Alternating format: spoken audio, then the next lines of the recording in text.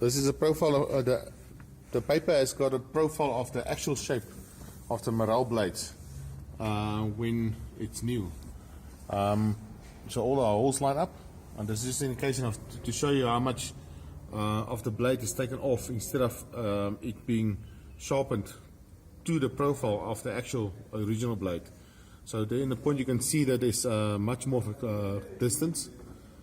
Let's measure it, more or less, just a reference. That's about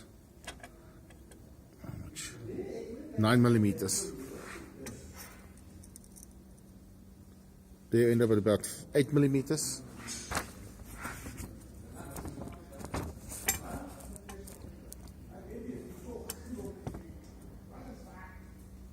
Nine millimeters. 14 millimeters. So this shows you that you cannot sharpen the blade with a machine that is following the damaged edge of the blade. You need to sharpen the blade with a machine that follows an original path of the original blade. Because what should have happened is that you have the same amount of gap all along the outer edge. And this is causing unbalance on the machine, because there was 40 millimeters of material removed there and only 9 millimeters material removed here.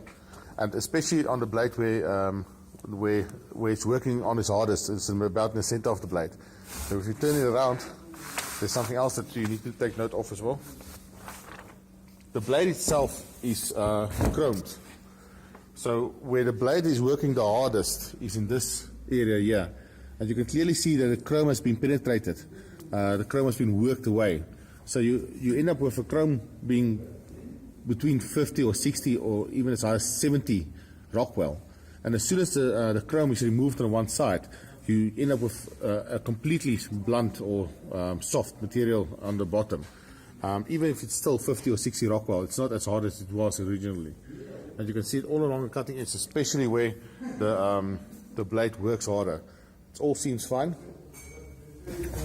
right up to the point where the blade works on its hardest. Okay.